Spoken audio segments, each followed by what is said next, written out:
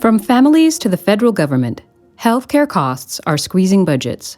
Medical bills are the leading cause of personal bankruptcies. Insured or not, many of us fear that we are one medical catastrophe away from financial ruin.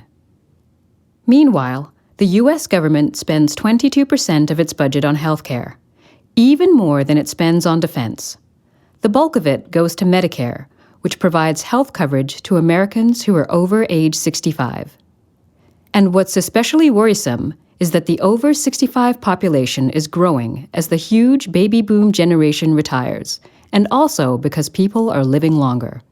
That means healthcare spending will keep growing too. Why does it matter how much we spend on healthcare?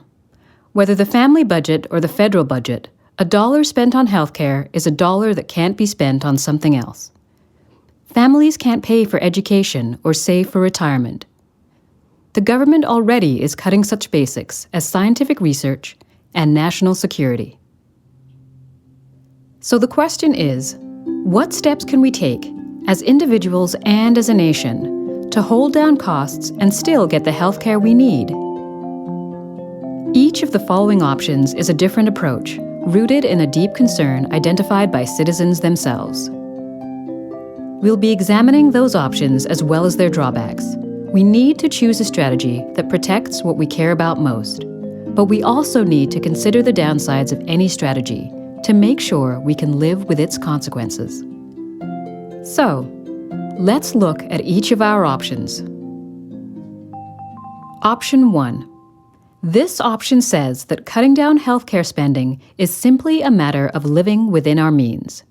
As a nation and as individuals, we need to tighten our belts and stick to a budget, even if it means sacrifices. So what are some ways we could do this? What if Congress raised the age of eligibility for Medicare to 69? Or employers could encourage employees to think twice about using expensive medical services by requiring them to shoulder higher deductibles and copays. Or, what if doctors encouraged terminally ill patients who have no hope of recovery to use hospice care, rather than continuing to spend huge amounts of money in the last weeks or months of life? But the drawback to many of these is that people may be forced to delay or go without care. Could we live with that?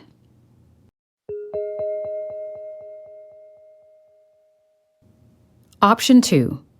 The biggest driver of healthcare spending is the design of the U.S. healthcare system, or rather, its lack of design, according to this option. Pricing is so complicated and secretive that it's all but impossible for citizens to make cost-effective decisions. Payment systems reward hospitals for ordering more and costlier tests, whether they're needed or not. The best way to instill financial discipline and bring costs down is to put in place regulations or incentives or both. One way to do this would be if hospitals posted prices so that patients could make cost-effective decisions. Or, what if insurance companies stopped paying doctors for every single service they provide and instead pay a flat fee, discouraging unnecessary procedures? Or, what if the government cut spending the way other countries have, by establishing a national healthcare system that negotiates and sets prices? But changing the system could put too much responsibility on patients to make difficult medical decisions and limit our choice of providers and services. Can we accept that?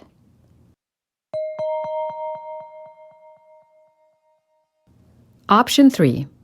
This option says that we, collectively and individually, need to take responsibility for lowering healthcare costs by focusing on wellness. Many of the biggest causes of poorer health, smoking, excessive drinking, poor diets, drug abuse, and lack of exercise, are things we can control. For example, obesity alone is associated with type 2 diabetes, heart disease, and other ailments that increase medical spending by an estimated $147 million a year. What if we could prevent that? To do this would require actions by lots of people and groups. The government could eliminate subsidies for crops such as corn because of their use in inexpensive and unhealthy fast foods. Or, what if businesses created wellness programs and rewarded workers who participate? For our young people, schools could restore PE classes. But such steps could interfere with people's freedom of choice, and in the case of farmers, their livelihoods. And is it fair to hold individuals responsible for their genetics, lack of money to buy healthy food, or bad luck? Could we live with that? These three options are the starting point for our conversation. Each option is rooted in a particular concern of citizens, and even if they were all to work perfectly, each has real disadvantages. We need to weigh the trade-offs against what we hold valuable and make a decision everyone can live with. This isn't just a polite discussion, but work. The difficult, messy work of citizenship. So, let's get talking.